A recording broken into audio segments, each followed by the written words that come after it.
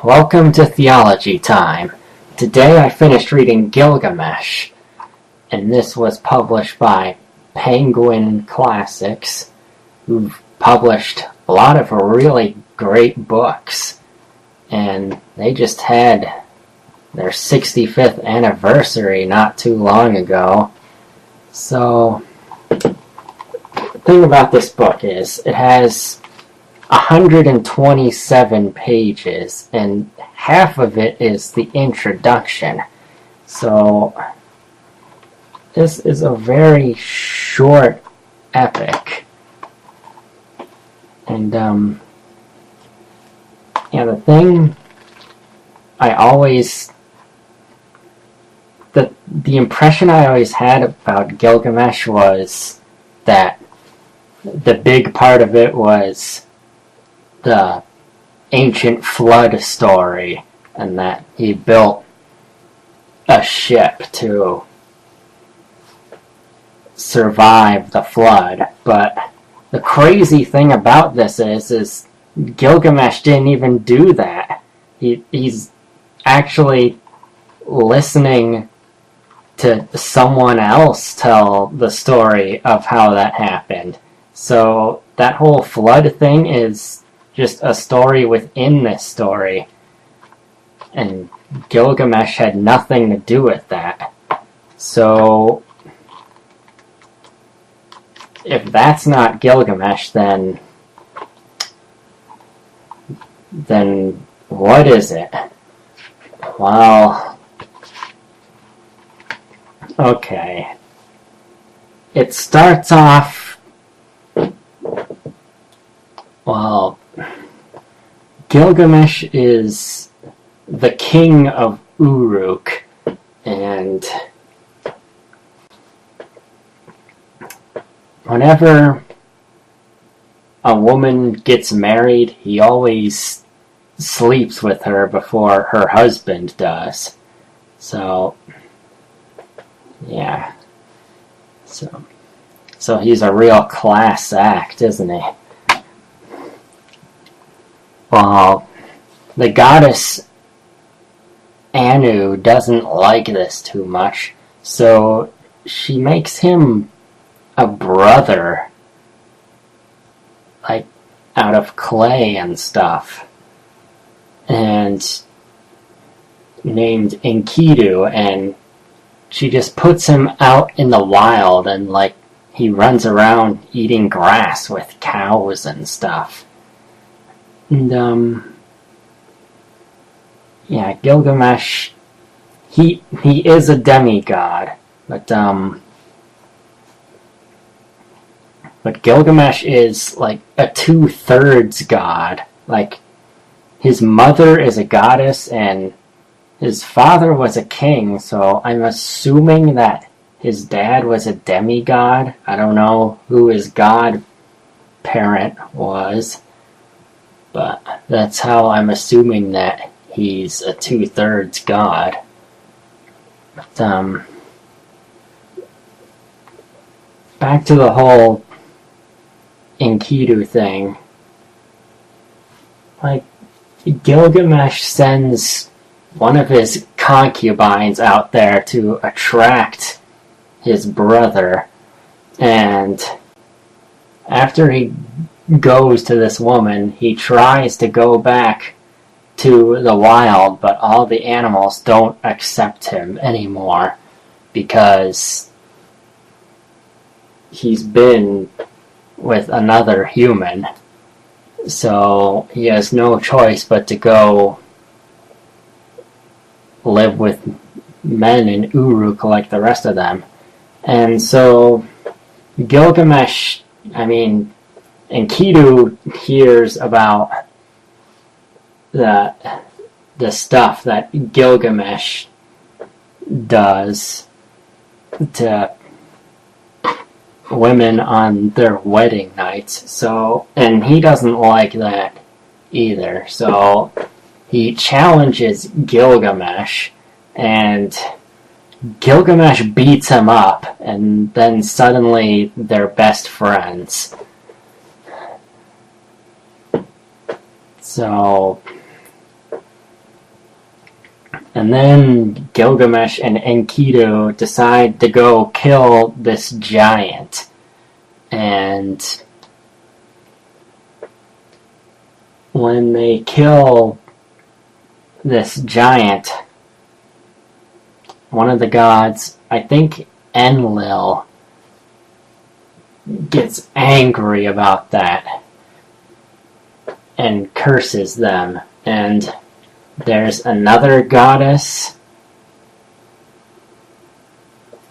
who falls in love with Gilgamesh, and she wants him to be her husband, but then Gilgamesh completely turns her down because he's heard that she's liked a ton of other guys and then treated them badly, and then that sets her off, and she sends a wild bull down the earth to wreak havoc. But yeah, so his brother Enkidu, he starts having these weird dreams, and he knows that he's going to die soon. And it really reminds me of the death of Balder from Norse mythology, because he had a lot of nightmares before he died too. And so Enkidu just dies in bed, and this sets Gilgamesh into a depression because he just lost his dear brother. So, and then he travels to the land of the gods, and there's this one segment of that I really hated when he was walking through this cave. There was a whole page of, on the first day, there was nothing but darkness behind him, and it was dark ahead of him. And on the second day, there was nothing but darkness behind him, and there was nothing but darkness ahead of him. And on the third day, there was nothing but darkness behind him, and nothing but darkness ahead of him. And it did that for 7 days, I think. And that took up the whole page, just repeating that. Just padding out the page count. And there were a couple other times where it did stuff like that, too. But,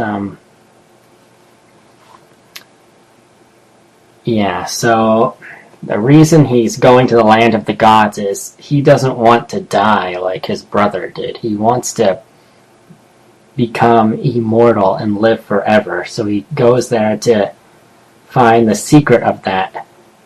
And when he gets there, they pretty much tell him that there's no way that you can live forever, and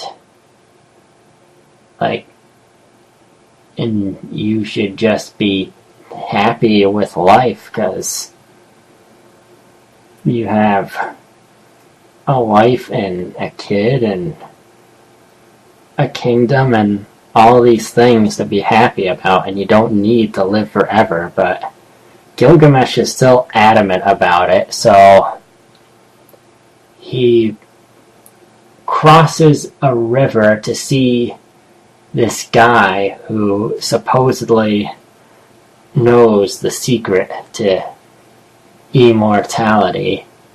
And this guy was the guy who built a ship to outlive the Great Flood. And that's when he tells him this story. And so, yeah, so way back when, the gods pretty much hated humanity, and they were overpopulating, and they weren't very nice, so they sent a flood down to wash them all out. But this one guy built a ship and put the seed of all creatures in it, which I guess means all the animals survived too. And then after the flood ended, the gods brought him to the other side of the river in the land of the gods, where he lived forever, and that's his story. And then for Gilgamesh to have eternal life, he challenges him to stay awake for 6 days and 7 nights, and Gilgamesh just epically fails and falls asleep 2 seconds after he said that. So then they bring him back over the river, and they tell Gilgamesh that there's this spiky weed thing at the bottom of the river, and if he picks it and carries it back to Uruk, then it's like this weed of youth that when you eat it, the old men will become young again. So he grabs that and wants to bring it back for all the old men and himself in Uruk. So if he can't live forever, at least he can make himself young again once. But then the snake just pops out of nowhere and steals the weed from him. So he has nothing. And then he goes back to the land of the living. Back to the city of Uruk with nothing to show for himself, but he writes down that story that the guy told him about the flood. And that was actually a secret that nobody knew about in the current world but him. But Gilgamesh came back with that story and shared it with everybody. So after that, it became common knowledge. And then Gilgamesh dies. Doesn't really explain how he died. Like, I think we're meant to assume that he just, died in bed. A peaceful death. And that last chapter really reminds me of the ending to Beowulf, because it's basically a chapter of his funeral and people honoring him and stuff, and that's it. A little bit not what I was expecting, but it was a cool story, and I wish I would have been more specific on the names of these characters instead of telling you this goddess and that guy, and there's a glossary in the back here, but yeah. Ishtar is the goddess who fell in love with Gilgamesh and sent that bull down, and Utnapishtim was the guy who built that ship and survived the flood. And I just want to make a quick rant about books, how they always put the introduction in the beginning and the glossary at the end. I know it seems like a pretty marginal thing to complain about, but, the introduction, it's usually, a history of the story by the author and maybe other people, and it's usually filled with spoilers, and they put that right at the beginning of the book. And like, sometimes you read that first and you get spoiled. And then the glossary's way at the end, and like, while you're reading this, you come across these words, and like, it would be nice to have that glossary to go and check on it, and you do, but because it's at the end, like, I normally don't just flip to the end of the book, so like, I don't even know that a glossary is there. So, but if they put that at the beginning, I would know that it's there. So, yeah, that's just my little rant. And I guess that's the end of this episode, so I'm out.